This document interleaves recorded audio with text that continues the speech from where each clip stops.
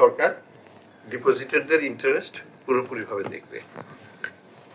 এটা হচ্ছে আমাদের একটা ফান্ডামেন্টাল প্রিন্সিপাল।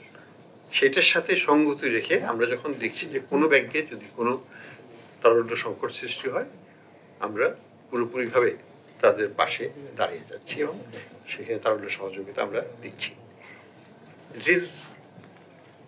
আমাদের পক্ষ থেকে এটা হচ্ছে ফুল সাপোর্ট এবং পুরোপুরিভাবে আমরা এটাকে সাপোর্ট দেব, যাতে আমাদের প্রত্যেকটা ডিপোজিটর আশ্বস্ত হন এবং তারা ফুললি প্রোটেক্টেড থাকবে, এই নিশ্চয়তা আমরা দিচ্ছি।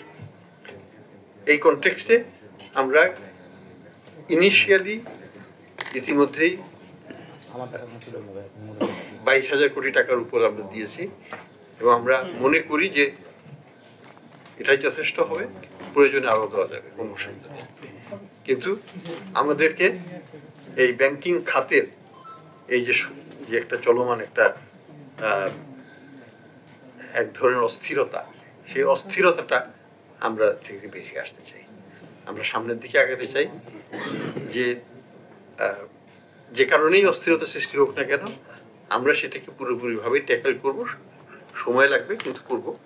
কিন্তু ডিপোজিটরকে আমরা আশ্বস্ত করতে চাই যে তাদের টাকা আপনারা যে ব্যাংকেই রেখে থাকেন সেখানেই সেটা নিরাপদ থাকবে, কোনো কারণেই এখানে আপনাদের কোনো অসুবিধা হবে না। এবং আমরা আশা করব যে তারল্য সাপোর্ট দেওয়া হয়েছে তাতে ইতিমধ্যেই কিছু পজিটিভ ইম্প্যাক্ট হয়তো আপনারা শুনে থাকবেন গ্রাহকদের কাছ থেকে।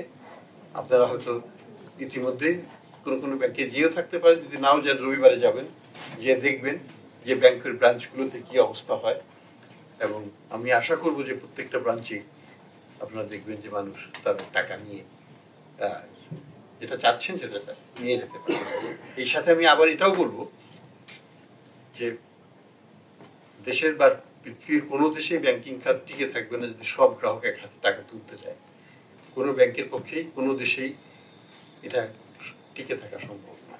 কাজে আমি গ্রাহকদের বলবো, আপনাদের টাকা নিরাপদ জায়গায় আছে, নিশ্চিন্তে থাকুন। এটা নিয়ে মাথা ব্যথা আমাদের, আমরা এটাকে সলভ করবো, আপনারা নিশ্চিন্তে থাকুন। যা করার দরকার আমরা আপনাদের অযথা টাকা তুলতে হবে না, যেটুকু প্রয়োজন সেটুকুই তুলবেন। এই মেসেজটা আপনাদের মাধ্যমে আমরা দিতে চাই। যেটুকু প্রয়োজন সেটুকুই যেন গ্রাহকরা তুলেন, তার অতিরিক্ত নয়। কারণ সবাই যায় যদি হুমড়ি খাই আমরা, তাহলে কোনো দেশেই কোনো ব্যাংকিং খাত কোনোদিনও টিকে থাকবে না। কাজে সেইখান থেকে আমাদের নিবৃত্ত থাকতে হবে অ্যাজ এ ডিপোজিটর। কিন্তু অ্যাসিওরেন্সটা হচ্ছে যে আমরা প্রত্যেকেই যারাই আমানত রেখেছি সেই আমানতের মর্যাদা আমরা দেব, আমরা সেখান থেকে পিছিয়ে যাব না। তো আপনারা আমাদের এখানে